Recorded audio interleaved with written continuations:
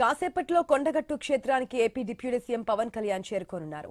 ఆంజనేయ స్వామిని దర్శించుకోనున్నారు. టీటీడీ నిధులతో చేపట్టే ఆలయ అభివృద్ధి పనులకు శంకుస్థాపన చేయనున్నారు. పవన్ కళ్యాణ్ చొరవతో ఈ నిధులు మంజూరయ్యాయి. 35.19 కోట్లతో సత్రం, దీక్ష విరమణ మండపం నిర్మించనున్నారు. 2000 మంది దీక్షలు విరమించేలా మండపం నిర్మాణం చేపట్టనున్నారు. 96 గదులతో సత్రం నిర్మించనున్నారు. శంకుస్థాపన కార్యక్రమం తర్వాత తెలంగాణ జనసేన శ్రేణులతోనూ పవన్ కళ్యాణ్ సమావేశం కాబోతున్నారు. కొడిమియా సమీపంలోని బృందావనం రిసార్ట్లో ఈ భేటీ జరగనుంది.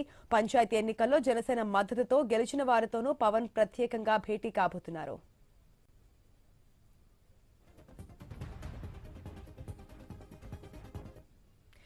పవన్ కళ్యాణ్ కొండగట్టు ఆంజనేయ స్వామిని దర్శించుకోబోతున్నట్టు తెలుస్తోంది. దీనికి సంబంధించిన అప్డేట్స్ మా ప్రతినిధి ప్రశాంత్ ద్వారా తెలుసుకుందాం. ప్రశాంత్, రైట్ ఆశ, ఇక మరి కాసేపట్లో ఇప్పటికే హైదరాబాద్ నుంచి బయలుదేరారు పవన్ కళ్యాణ్.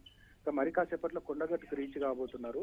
కొండగట్టుకి సంబంధించి ఇక ఆలయ ఏదైతే సత్రానికి సంబంధించి, అదేవిధంగా మాల విరమణ కేంద్రానికి సంబంధించి కూడా శంకుస్థాపనలు ఉండబోతా ఉన్నాయి.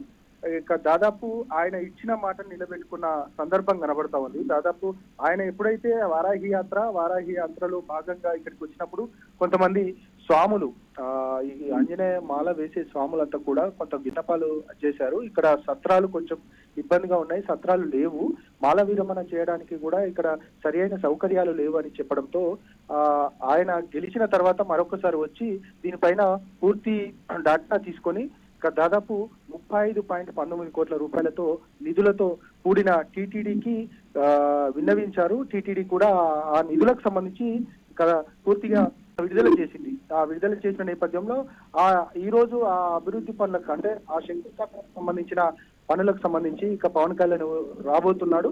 మరి కాసేపట్లోనే పూజ తర్వాత పూర్తిగా శంకుస్థాపన ఉండబోతుంది. శంకుస్థాపన తర్వాత ఇక కార్యకర్తలతో సమావేశం ఉండబోతుంది బృందావన గార్డెన్ లో. కార్యకర్తల సమావేశం తర్వాత పూర్తిగా ఆయన తిరుగు ప్రయాణం కాబోతున్నారు. మొత్తానికైతే ఇది ఈ రోజు ఆయన షెడ్యూల్. ఇక ఇక్కడున్న భక్తులే కాదు, ఇక రెండు రాష్ట్రాల ప్రజలు కూడా పూర్తిగా హర్షాది రేఖలు చేస్తా ఉన్నారు. ఖచ్చితంగా ఇది మంచి నిర్ణయము. నిజంగా పవన్ ఇనిషియేటివ్ తీసుకొని ఇలాంటి నిర్ణయం తీసుకోవడము, అదేవిధంగా టీటీడీ కూడా దీనికి సానుకూలంగా స్పందించి నిధులు పూర్తిగా విడుదల చేయడం, ఇది చాలా శుభ పరిణామం అనేది కూడా భక్తులు చాలా ధన్యవాదాలు తెలుపుతున్న సందర్భం కనబడుతుంది. ఆశ. Right Prashant, thanks for the update.